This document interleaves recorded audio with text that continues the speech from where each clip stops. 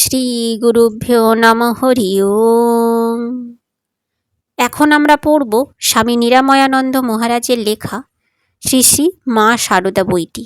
এটি দীক্ষার বই। আমাদের ঠাকুরমা স্বামীজির সন্তান হয়ে উঠতে তার যে আধার আমাদের মনে যাতে প্রবেশ করে, তার জন্য যে ভিতটি তৈরি করতে হয়, যে কয়েকটি বই পড়তে হয়, তার মধ্যে এই শ্রী শ্রী মা সারদা বইটি খুবই গুরুত্বপূর্ণ। মায়ের নিয়ে অনেক কিছু এখানে আমরা জানতে পারি। এখন আমি পড়ব সাধনা ও সেবা, সেই অধ্যায়টি কিছুটা পড়ব এখন আমরা বসে, মাকে নিয়ে জানব। এর আগে যতদূর পর্যন্ত পড়েছিলাম, মা আসছিলেন দক্ষিণেশ্বরে, রাস্তায় এক বাগদি, অর্থাৎ ওনারা ডাকাত ছিলেন, তাদের সাথে পরিচয় হয়। তাদেরকে মা বাবা মা বলে সম্বোধন করেন আমাদের মা। এবার পড়ছি। দক্ষিণেশ্বরে আসিয়া শ্রী শ্রী মা পূর্বের সেই চালা ঘরে উঠিলেও শ্রীরামকৃষ্ণের কঠিন আমাশয় রোগের জন্য আরও কাছে থাকিয়া সেবার প্রয়োজন হওয়ায় তিনি নহবতে চলিয়া আসেন। শ্রী শ্রী মা জয়রামবাটিতে থাকাকালেই চন্দ্রাদেবী গঙ্গা লাভ করিয়াছিলেন। সহসা এক প্রাচীনা কাশীবাসিনী নারী এই সময় আসিয়া শ্রী শ্রী মায়ের কাছে থাকেন এবং সর্বতোভাবে তাহাকে সাহায্য করিতেন। উপরন্তু এই দিব্য দম্পতির মাঝে থাকিয়া উভয়ের সম্বন্ধ মধুর হইতে মধুরতর করিয়া তুলিতেন। মা জয়রামবাটি থেকে দক্ষিণেশ্বরে এসেছেন। এসে ওই শম্ভু মল্লিক তার কালীবাড়ির কাছে বাগানে একটি ছোট কুঁড়ে ঘরে মাকে থাকতে দিয়েছিলেন, যেহেতু নহবতে মায়ের থাকতে কষ্ট হতো।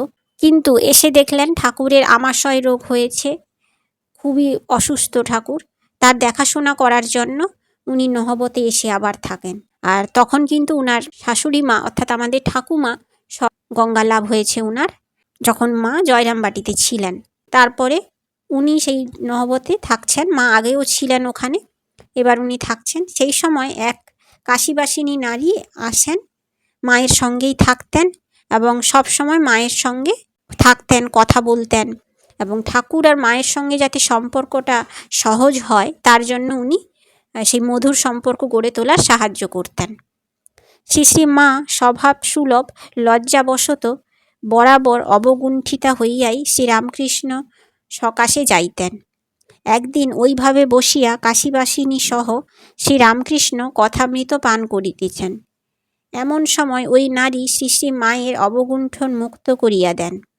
তখন হইতে শ্রী শ্রী মায়ের সলজ্জ বধূর ভাব প্রশমিত হইয়া সেবাধিকারিণী সুগৃহিণীর ভাব ফুটিয়া উঠিতে থাকে।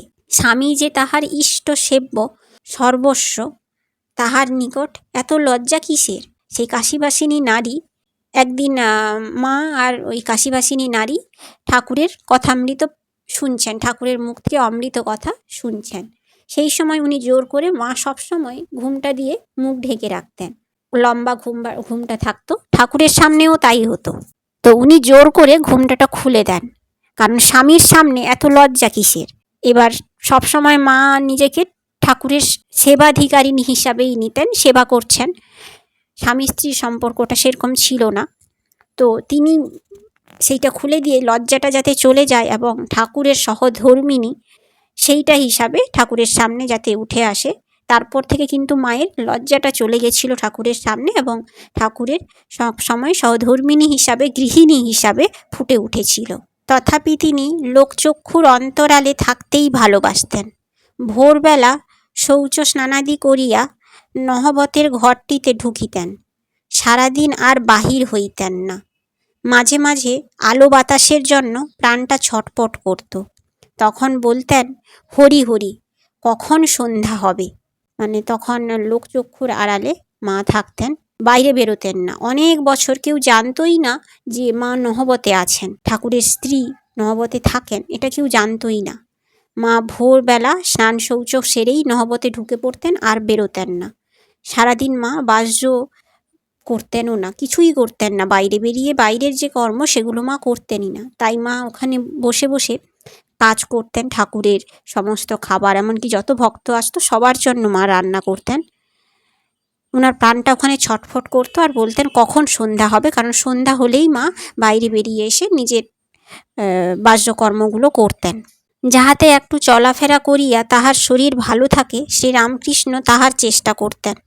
দুপুরে যখন সকলে বিশ্রাম করত তখন তিনি দেখিয়া আসিতেন পঞ্চবটীর দিকে লোকজন আছে কিনা। কেহ না থাকিলে তিনি আসিয়া শ্রীমাকে বলিতেন, এই সময় যাও, কেউ নাই, পাড়ায় একটু বেরিয়ে এসো, বুনো পাখি দিনরাত খাঁচায় থাকলে বেঁতে যায়। ঠাকুর সবসময় চেষ্টা করতেন মা যাতে একটু সরলভাবে থাকেন। গ্রামের মেয়ে তো, আর সবসময় বন্দি অবস্থায় থাকলে মায়ের মধ্যে অলসতা চলে আসবে, আড়ষ্ঠতা চলে আসবে। তাই বলতেন বুনো পাখিরা খাঁচায় থাকলে ওই অভ্যাসটা হয়ে যায় খাঁচায় থাকার। তাই মাকে যখন ফাঁকা দেখতেন, কাউকে ওই জায়গায় ঘুরতে দেখতেন না ঠাকুর, তখন মাকে ডেকে নিয়ে বাইরে বেরোতে বলতেন, পঞ্চবটির দিকে মাকে ঘুরে আসতে বলতেন এবং বলতেন বুনো পাখিরা খাঁচায় থাকলে বেঁধে যায়। শ্রীমা পাড়ায় পরিচিত মেয়েদের সঙ্গে আলাপাদি করিয়া সন্ধ্যারতির সময় ফিরিতেন। শ্রী শ্রী মায়ের সহিত কাহারা মেশে এবং কাহারা নহবতে তাহার নিকটে আসে, এ বিষয়ে দৃষ্টি রাখিয়া শ্রীরামকৃষ্ণ সরলা পল্লী নারী শ্রীমাকে কুসঙ্গ হইতে সতর্ক করিয়া দিতেন। শ্রীমা পাড়ায় পরিচিত মেয়েদের সাথে ওই যে বেরোতেন সবার অন্তরালে, সেখানে পাড়ায় বেরিয়ে মেয়েদের সাথে কথা বলতেন।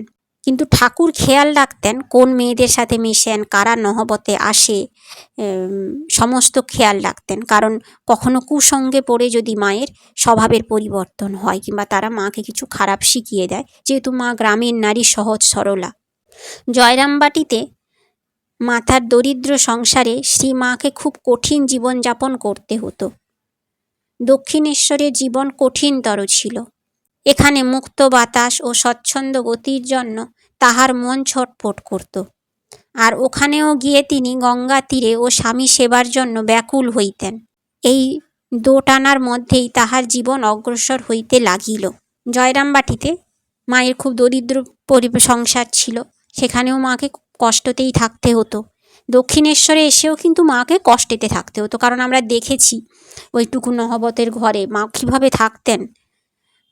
এখানেও বেরোতে পারতেন না বেশি, সবসময় প্রচুর ভক্ত আসতো, মাকে প্রচুর রান্না করতে হতো। যদিও মা এই কষ্টগুলোকে কষ্ট মনে করতেন না, মা খুব মুক্ত স্বচ্ছন্দ থাকাই পছন্দ করতেন।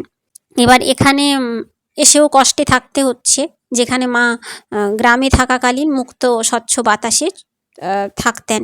মায়ের মনটা খুব ছটফট করত। আর ওখানে গিয়ে তিনি গঙ্গা তীরে স্বামী সেবার জন্য ব্যাকুল হতেন। এখানে গ্রামে থাকলে মা স্বচ্ছ মুক্ত বাতাসে ঘুরে বেড়াতেন, নিজের মায়ের অর্থাৎ আমাদের দিদিমার দেখাশোনা করতেন, তাকে কাজে সাহায্য করতেন। আর ওখানে গেলে গঙ্গা তীরে থাকতেন দক্ষিণেশ্বরে, আর ঠাকুরের সেবা করতেন। এই দোটানার মধ্যেই উনার জীবনটি চলত। একবার দক্ষিণেশ্বরে ফিরিয়া নহবতের ওই সব স্বল্প পরিসর ঘরটিতে শ্রী শ্রী মায়ের কঠোর সাধনার জীবন শুরু হয়। ইতিপূর্বেই একদিন শ্রীরামকৃষ্ণ তাহার জিহ্বায় বীজ মন্ত্র লিখিয়া দিলেন। তদবধি তিনি লক্ষ্য জপ করতেন। দক্ষিণেশ্বরের ঘরটিতে যে স্বল্প পরিসর, উনি ঘরটিতে, ছোট্ট ঘরটিতে যে মা থাকতেন, জীবন কাটাতেন, সেই সময়ই ঠাকুর উনার জিহ্বায় বীজ মন্ত্র অর্থাৎ দীক্ষার যে মন্ত্রটি আমাদের দেওয়া হয় সেরকম সেই মন্ত্রটি মায়েরও ঠাকুর দিয়ে দিলেন উনার জিহ্বাতে। এবং তারপর থেকে মা প্রতিদিন লক্ষ্য জপ করতেন, অর্থাৎ কাজ করছেন, যা কিছু করছেন, সব সময় ওই মন্ত্রটিই মা জপ করতে থাকতেন, যেটা সারা দিনের প্রায় 1,00,000 বার হয়ে যেত বলা, মায়ের মনে স্মরণ করা। শ্রী শ্রী রামকৃষ্ণ যত দেবদেবীর সাধনা করিয়াছিলেন, শ্রী মাকেও এখন সেই সব শেখাইতে লাগিলেন। শ্রী মাও নিশীথের নিস্তব্ধতায় নহবতের ঘরে গভীর ধ্যানে ডুবিয়া যাইতে লাগিলেন এবং বিবিধ অনুভূতির অধিকারিণী হইলেন। শ্রী মা আমাদের ঠাকুর মাকে শিখিয়ে দিচ্ছেন বিভিন্ন দেবদেবীর কথা, ধ্যান কিভাবে করবেন, সমস্ত কিছু শিখিয়ে দিচ্ছেন। আর মা গভীর রাতে নহবতে বসে সেই ধ্যান করতে থাকতেন এবং সেই ধ্যানে ডুবে থাকতেন এবং বিভিন্ন অনুভূতি, ঈশ্বর লাভের অনুভূতি উনার মধ্যে হতো। আজকে এইটুকু মাকে নিয়ে আমরা জানলাম, মা কিভাবে উনার জীবনটা কাটাতেন, সাধন জীবন উনার কিভাবে শুরু হলো, আমরা আজকে স্বল্প পরিসর জানলাম। এরপরে মাকে নিয়ে আমরা এইভাবেই পড়তে থাকবো। আপনারা ভিডিওগুলি দেখতে থাকুন, জানতে থাকুন। মাকে নিয়ে আমরা অনেক কিছু জানবো, মাকে আরও ভালো করে স্মরণে আনবো, নিজের আরাধ্যা করেছি আমরা মাকে, এইভাবেই এগিয়ে চলুন। ওং শান্তি শান্তি শান্তিঃ। হরি ওং তৎসৎ। শ্রীরামকৃষ্ণার্পণমস্তু।